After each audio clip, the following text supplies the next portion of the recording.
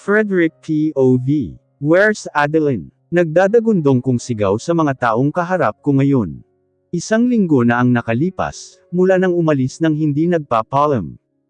Dude, relax. Awat sakin ni Michael. It's my fault. Nagngingit-ngit ang pangako sa galit. Kung hindi ko pinatulan ang Olivia na yun, di sana andito pa si Adeline. Napasabunot pa ako sa aking buhok, dahil hindi ko na alam ang gagawin ko. Aminin ko ngayon lang ako nakaramdam sa isang babae. Sir, sorry. Akala ko kasi tulog na siya noon. Tinig ng kaibigan niya ang nagsalita. Siya din ang nagsabi lahat sa akin na nasaktan si Adeline sa kanyang napanood. It's all my fault. Sabay suntok ko sa salamin ng aking table. At ayon nabasag. Sir, nakausap ko yung guard na naka-duty sa gabing yun, at yung CCTV din sir kung gusto nyo panuurin nyo, sabi ng isa sa mga security guard sa hotel. Doon lang nag-ilaw ang isip ko, oo nga bakit hindi ko naiisip yun. Kaya naman nagmamadali akong pumunta sa aking hideout, dahil doon konektado lahat. Nagtaka pa ang mga tauhan ko, dahil hindi sa hotel ako pumunta. Narinig ko na lang si Michael na pinabalik niya lahat ang staff sa hotel, kasama ang ibang security. Andito na ako sa hideout ko, at nakasunod si Michael sa akin. Nakakuyom ang aking mga kamao, dahil sa aking nasaksihan. Dude, mas maganda siguro kung mag-usap kayo, kausapin mo siya, malumanay niyang saad sa akin. Nakita mo hindi ba? Kasama niya si Santos. So anong iisipin ko ha? Galit kong bulalas sa kanya. Pare, nasaktan mo yung tao. Paano kung pareho pala kayo ng dahilan, sabi ulit sa akin. Hindi ko siya kailangan. Matigas kong sagot kay Michael, pero deep inside parang gusto kong tapusin ang Santos na yun. Ikaw ang bahala pare. Basta pa yung kaibigan lang, hindi pa huli ang lahat, baka mas lalo ka lang magsisi, ikaw din. Sagot pa niya sa akin sabay tapik sa balikat ko at umalis na siya, ngunit tumigil sa paglalakad. By the way, samin muna si CJ. Mukhang takot na sayo ang bata, dagdag pa niya at napailing pa. Mas lalo lang ako nagngingit-ngit sa galit. Pati si CJ natatakot na sakin. Adeline, bakit mo ba to ginagawa sakin? Ang sabi ko magtiwala ka sakin, kausap ko sa hangin. Wala akong ginawa kundi uminom ng beer. Pakiramdam ko iniwan ako ni Adeline para sa lalaking yun. Mapait pa akong napangiti. So, you like him ha? Sigaw ko sa kawalan, at tinapon ang isang boteng beer. Hindi din ako pumapasok sa aking trabaho. Bahala na si Michael. Kinaumagan, nagising ako sa mga doorbell sa labas. Hindi ko pinansin at nagtalukbong lang ako. Wala si CJ ngayon dahil kasama ni Tamara. Ding dong, tunog ulit ng pintuan. Kaya naman kahit naiinis ako bumaba na ako, at pagbubuksan ko kung sino man yun at malilintikan sa akin. What are you doing? Hindi ko pa natatapos ang sasabihin ko, nang bumungad sa akin ang dahilan kung bakit wala si Adeline ngayon. What are you doing here? Paasat kong tanong sa kanya. Ang kapal din ng mukha niya, matapos niya kunin si Adeline pupunta dito. Hindi ko pa siya pinapasok sa bahay ko, ngunit ang lalaki pumasok lang basta-basta, kaya naman susuntukan ko na siya, pero ako pa ang sinuntok ng ogag. What are you doing man ha? Galit niyang sigaw sa akin. Kaya naman nagalit din ako at sinuntok ko din siya. What are you doing to me? Bulyo ko din sa kanya. Ikaw ang ogag. Hindi mo ba alam kung ilang gabing umiiyak si Adeline nang dahil lang sayo? Sigaw niya sa akin na kinatahimik ko. Kung pwede ko lang kunin sayo, at ilayo ginagawa ko na sana. Pero anong ginagawa mo? Imbis na ayusin mo mas pinalala mo pa. Sinabi mo pa talaga sa news na ikakasal ka na. But thanks to you pare. Dahil dyan, ilalayo ko si Adeline sayo. Sabi pa niya na kinaigtad ko. No, hinding-hindi mo yan gagawin. Sisiguraduhin ko sayo na magsisi ka, kapag ginawa mo yan. Pagbabanto ko sa kanya, ngunit nginisihan lang ako. Sa tingin mo natatakot ako sayo Mr. Parker. In your dream. Sabi pa sakin bago siya umalis, at binalibag pa ang aking pintuan. Iniwan ako ni Mr. Santos na nakatulala sa kawalan. Hanggang sa bumalik sa akin ang kanyang sinabi, na ilalayo si Adeline sa akin. Kaya dali-dali kong dinayal ang numero ng aking pinsan. Hello Michael, aalis ako, ikaw muna ang bahala kay CJ, pagkasabi ko yun ay binaba ko na ang aking tawag. Ngunit may pupuntahan pa ako, bago ko ituloy ang aking plano.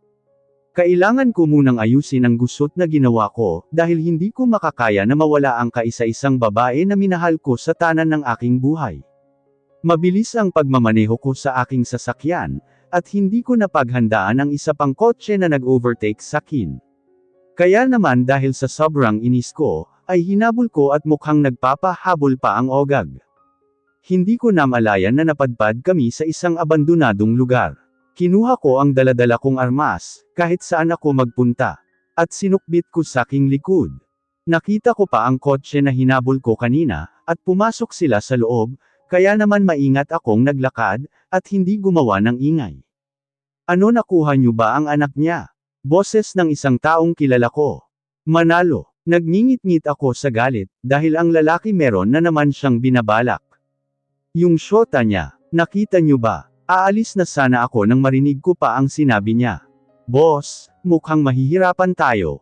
Wala sa hotel yung syota niya, hawak ngayon ni Santos, kilala niyo naman yun. Madadali tayo kapag pinakialaman natin ang nasa teritoryo niya. Sagot naman ng isa. Mga inutil, sige magmanman kayo sa kanya. Gawin niyo ngayon ang plano niyo. Si Olivia, nakausap mo na ba? Sabi pa ni Manalo. Kaya umalis na ako. Kailangan ko ng matinding plano. Nang hindi mapapahamak ang mag-iina ko. Hello Michael, where's CJ? Tanong ko agad sa pinsan ko. Tulog na dud, nakatulog sa kakaiyak. Sagot niya sakin, alam ko kung bakit, dahil namimas niya si Adeline. Napabuntong hininga na lang ako. Kamusta ang lakad mo, nakausap mo ba? Mayat maya tanong niya sakin. Listen to me Michael, kahit anong mangyari wag mong iwawala sa paningin mo si CJ, bilin ko sa kanya. There's something wrong dude. Tanong niya sakin na medyo may pag-alala sa tinig. Ngunit hindi ko na siya sinagot, kailangan kong makausap si Santos. Kung kailangan kainin ko ang pride ko gagawin ko. Para lang sa kaligtasan ng aking mag-iina. Kailangan kong gumawa ng magandang plano, yung hindi makakahalata ang mga kalaban, at mahulog sila sa bitag ko. Kailangan saking mga kamay sila magbayad sila sa kapatid ko. Olivia, kung malaman ko lang na may kinalaman ka sa nangyari, kahit pa babae ka ako mismo ang tatapos sayo, nagngingit-ngit ako sa galit. Andito ako ngayon sa Tagaytay, kung saan abot tanaw ko ang babaeng gusto ko ng may akap. At nagkausap na rin kami ng masinsinan ni Santos. I miss you badly honey, please take care yourself and our baby. Bulong ko sa kawalan na akala mo maririnig niya, ngunit malakas yata ang pagbigkas ko, dahil laminga pa siya, kaya naman nagtago ako sa puno ng kahoy. Ngunit napamura na lang ako sa nakikita ko, kainis na Santos. Dahil umakbay pa siya kay Adeline, kaya ito naman napasipa pa ako sa puno, at ako lang naman ang nasaktan. Akala ko ba nag-usap na tayo, tinawagan ko agad sa cellphone niya, at ang lalaki mukhang tuwang-tuwa. Take off your dirty hand. Sigaw ko ulit dahil malinaw na malinaw mula sa akin kinatatayuan ang pag-akbay niya sa babaeng mahal ko. Hahaha, come on don't hide, sabi pa ng lalaki. Sino yan Luis, girlfriend mo? Bigla akong natahimik nang narinig ko ang kanyang boses, mas lalo ko tuloy na miss ang boses niya, kaya naman napabuntong hininga ako. Kung pwede lang magpakita na ako sa kanya. Ngunit nagbalik ang diwa ko nang sumagot ang lalaki. Yeah, she's my girlfriend. And she's hiding from the tree. Sagot pa niya kay Adeline na alam ko naman na sinadya niyang iparinig sa akin, kaya sunod-sunod na mura ang binitawan ko sa kanya, at napapahalakhak lang ang lalaki sa kabilang linya. Nako, sabihin mo sa girlfriend mo wag nang magtago, ikaw talaga bakit mo pinagtatawanan ang girlfriend mo, hindi ko rin maiwasan ang hindi matawa sa sinabi ni Adeline kay Luis. Kaya pinatay ko na ang tawag ko. Sapat na sakin na makita siya sa malayo, basta ligtas lang siya. Mayat maya lang nagpasya na rin akong umuwi. Pero bago yon, kailangan ko munang tawagan ang babaeng magtuturo sa akin ng katotohanan. Isang dial lang ang ginawa ko, ay sinagot niya agad.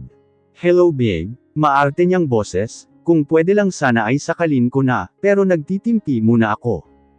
Olivia we have lunch tomorrow just to remind you, sabi ko sa kanya. Mukhang masaya naman siya, hindi ko ugali ang tumatawag lalo na sa kanya. Kailangan ko lang magmadali, dahil kahit nag-usap na kami ng unggoy na yon, mukhang may gusto pa siya sa Adeline ko. Okay babe, see you tomorrow, I love you. Sagot pa niya sakin, ngunit pinatay ko na ang aking tawag.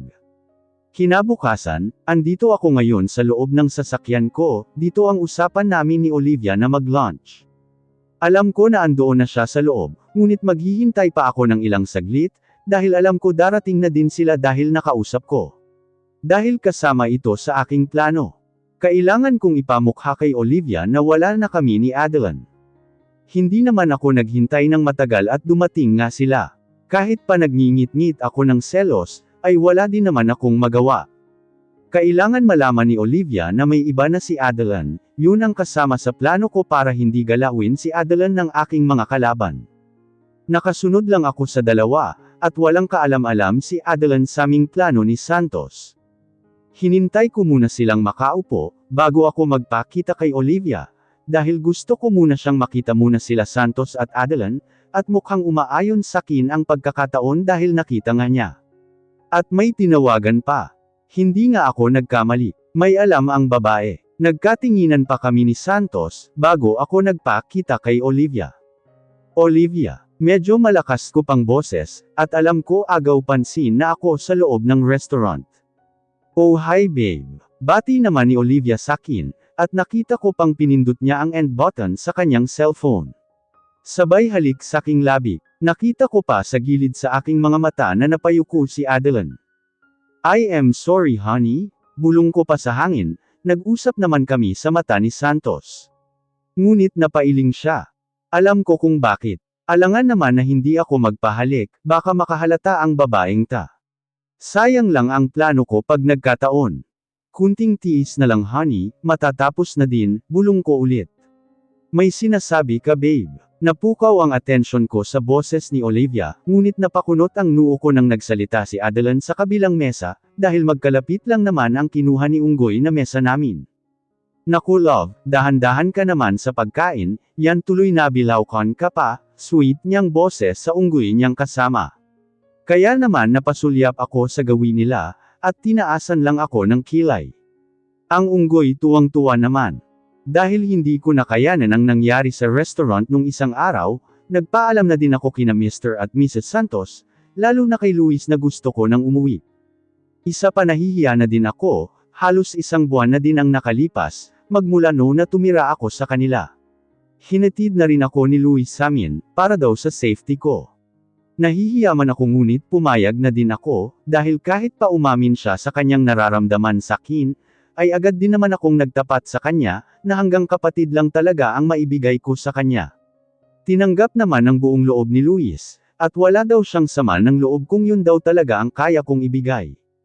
Choosy pa ako diba? Hoy! Wag niyo akong husgahan. Anong magagawa ko yung delubyo pa rin talaga ang laman ng puso ko. Hindi na rin nagtagal si Luis sa bahay, at bumalik agad sa Manila. Hindi nga bumaba sa aming bakuran. Medyo nagtaka pa ako sa inaste niya. Dahil panay tunog pa ng kanyang cellphone kanina, ngunit hindi niya sinagot. Basta parang tuwang-tuwa pa siya panay tunog ng kanyang phone, tapos pang isi-ngisi pa. Kaya hinayaan ko na lang. Hindi din naman ako nakaramdam ng takot sa kanya. Tumuloy na ako sa bakuran namin, nang bigla na lang akong kinabahan. Dahil ang daming pulis sa harapan ng bahay. Wala naman nakapansin sa akin pagdating ko, hanggang sa para akong nahipnotismo sa kinatatayuan ko, dahil kilala ko ang lalaking nakatayo sa sala namin, kahit pa nakatalikod siya. Palakad-lakad na parang balisa, hanggang sa napansin ako ni Sherwin. Ate Adeline, gulat niyang sigaw. At tawag sa akin, kaya naman napangiwi pa ako, dahil ako na ang center of the point ng lahat. Ngunit ang lalaking palakad-lakad kanina ay biglang tumigil at humarap, nakita ko sa kanyang mukha na parabang walang tulog at pagod, at ang puso ko parang hinaplos. Ngunit nagbalik ang diwa ko, dahil naalala ko ang ginawa niya sa akin, kaya naman tinaasan ko siya ng kilay. Bakit siya andito? Anong ginagawa niya dito? Kausap ko sarili ko. Kaya naman lalampasan ko na sana siya, nang bigla na lang nagdilim ang lahat sa akin. Ang huling nakita ko lang ay bago pa ako bumagsak sa floor namin, ay mukha niya ang nakita ko na puno ng pag-aalala. Frederick POV. Call the ambulance. Sigaw ko sa mga polis na kasama ko, pero dahil sa tagal nila binuhat ko na si Adeline, at wala na akong pakialam kung sumisigaw ako, kahit nasa harapan ako ng mga magulang niya. Kagabi pa ako dito pag-uwi ko galing sa police station, ay kinausap ko na si Santos na may surprise ako kay Adeline, ngunit ako naman pala yung nasipresa, dahil nilayasan na pala ako. At ang lalaking unggoy na yon, hindi man lang sagutin ang tawag ko. Sigaw ko pa, ngunit napatigil ako sa kakamura nang nagsalita ang ama ng babaeng buhat-buhat ko. Mukhang wala pa silang alam sa kalagayan ng anak nila. Sama na ako sa iyo sir, presente ng ama niya sa akin, actually nag-usap na din kami kagabi ng tatay niya, madali lang ako nakarating dito, dahil pinalipad ko na ang sasakyan ko. Kaya andito ang mga pulis, dahil overspeed daw ako. I don't care. Mabilis kong pinasibad ang sasakyan ko papunta sa hospital, at sa wakas nakarating din kami agad. Masyado pang mabagal ang mga nurse at doktor, kaya sinigawan ko sila. Kapag may nangyaring masama sa mag-ina ko ipapasara ko ang hospital na ta. Sigaw ko sa mga staff nilang mas mabagal pa sa pagungkong gumalaw, buti na lang dumating ang head nila, at siya na ang bahala. Kasama ang mga doktor na hingal pa. Andito ako ngayon sa waiting area, dahil hindi ako pinapasok, ni walang gustong lumapit sa akin, maliban sa ama ng babaeng mahal ko. Nagtagumpay ako sa plano ko, dahil din sa tulong ni Michael at Luis. Nahuli ko sa akto si Olivia at Manalo, gusto ko silang tapusin sa kamay ko, buti na lang at pinigilan ako ni Michael at Luis. Ang sabi pa sa akin, kung makulong ako baka hindi ko na makita si Adeline ko. Ngunit ang lalaki, sabi ko ihahatid niya sa penthouse, pero bakit dito sa probinsya niya hinatid? Nanadya ata ang unggoy na yun. Napansin kong palapit ang ama ni Adeline sa akin at may bit-bit na kape. Kape muna tayo sir, para makapag-relax ka, sabi niya sa akin. Sabay bigay ang nakakap na kape. Kinuha ko naman at ininom, at nagpasalamat na din ako. Pero pansin ko sa tatay ni Adeline, parang may gustong sabihin sa akin. Kung alam kaya nila na buntis ang kanyang anak, at ako ang ama, magiging maayos pa kaya ang lahat, pero hindi bale, hindi ako papayag na ilalayo nila ang anak nila sa akin. No way. Thank you sir. Mahinahon kong boses sa kanya. May sasabihin pa sana ako nang lumabas ang doktor na tumingin kay Adeline. Sino ang pamilya ng pasyente? Tanong ng doktor sabihin ko sana na ako, pero inunahan ako ng ama ni Adeline. Ako ho ang tatay ng pasyente. Sagot ng ama ni Adeline, naramdam ko ang may pag-alala sa kanyang boses. Samantalang ang doktor ay napatingin sa akin, kaya naman diretso ko siyang sinagot, na alam kong kinagulat ng ama ni Adeline. Saka na lang ako magpapaliwanag. Ako ang asawa niya Doc, kamusta ang mag-ina ko? Diretso ko ng tanong. Ayon sa peripheral vision ko, nagulat ang ama ni Adeline. Pero sabi ko saka na ako magpapaliwanag. Well, mabuti naman ang kalagayan niya, at maswerte ka mister dahil mukhang makapit ang baby, napagod lang si Mrs. kaya siguro nawala ng malay. Sagot ng doktor, samantalang ang ama ni Adeline ay biglang tumahimik. Pwede nyo na siyang puntahan sa room niya, dagdag pa ng doktor. Mabuti pa siguro sir, aalis muna ako at paghandaan ko ng makakain, at maidala dito para may makain kayo. Maya't maya saad sakin ng ama ni Adeline. Gusto ko sana tumanggi, kaso mas mabuti yun at masolo ko ang babaeng mahal ko. Pwede din naman ako magpabili na lang ng makakain. Thank you sir, magalang kong sagot sa kanya. At umalis na nga pagkakita niya kay Adeline. Nakaupo ako ngayon sa kanyang tabi, habang mahimbing siyang natutulog. Hindi ko rin mapigilan ang sarili ko, na haplusan ang kanyang mukha. Honey, I'm here, malambing kong boses sa kanya. At dahan-dahan niyang minulat ang kanyang mga mata. Ngunit nagulat ako dahil imbis na matamis niyang ngiti ang bumungad sakin, kundi nag-aapoy na galit. Bakit ka andito? Saka nasaan ako? Sigaw niya, kaya naman nag-alala ako. Calm down hon, makakasama kay baby. Mahinahon kong sagot sa kanya, huminga muna siya ng malalim bago siya tumingin sakin. Ang baby ko, kamusta ang anak ko, okay lang siya diba? Naiiyak niyang tanong sakin. Mahal na mahal talaga niya anak namin, kung sabagay si CJ nga kahit hindi pa niya kilala ay minahal niya agad. Yes honey, our baby is fine. Malumanay kong sagot, ngunit natahimik na siya. Hindi ako sanay sa katahimikan niya, mas gusto ko pa siyang magtatalak na lang sakin. Kamusta ang pakiramdam mo? Okay ka lang ba Han? Malambing kong tanong sa kanya, pero hindi pa rin ako sinagot. Nakita ko pang yumugyug ang balikat niya, kaya naman umikot ako papunta sa kanyang harapan, kasi tumalikod siya sakin. Honey talk to me, please. Pagsusumamo ko sa kanya, sabay halik sa kanyang noo. At siya naman ang dating ng mga magulang niya. Napatayo pa ako bigla, nakita ko pa ang pagtataka sa kanilang mukha, pero sabi ko nga sa kana ako magpapaliwanag, pati ang kapatid niya nagtataka rin. Ehem kuya baka gusto mo magkape tayo sa labas. Aya pa sakin, kaya naman pinagbigyan ko na, alam ko din naman na gusto nilang makausap ang babaeng mahal ko, kaya sumama na ako sa kapatid niya. Sige ma'am, sir may one ko muna kayo. Palm ko pa sa kanila, tumingin pa ako sa babaeng mahal ko pero inirapan lang ako, kaya medyo nakaginhawa na ako, mukhang bumabalik na ang ugali. At nagpa siya na akong lumabas, kasama ang kanyang kapatid. Okay lang ba na tawagin kitang kuya? Tanong ng kapatid niya sakin, kung hindi nagkakamali nasa 17 or 18 to. Sure, maikli kong sagot. Ikaw ba yung nagpapadala ng pera sa amin kuya? Diretsyong tanong niya sakin. Kaya napasulyap ako sa kanya.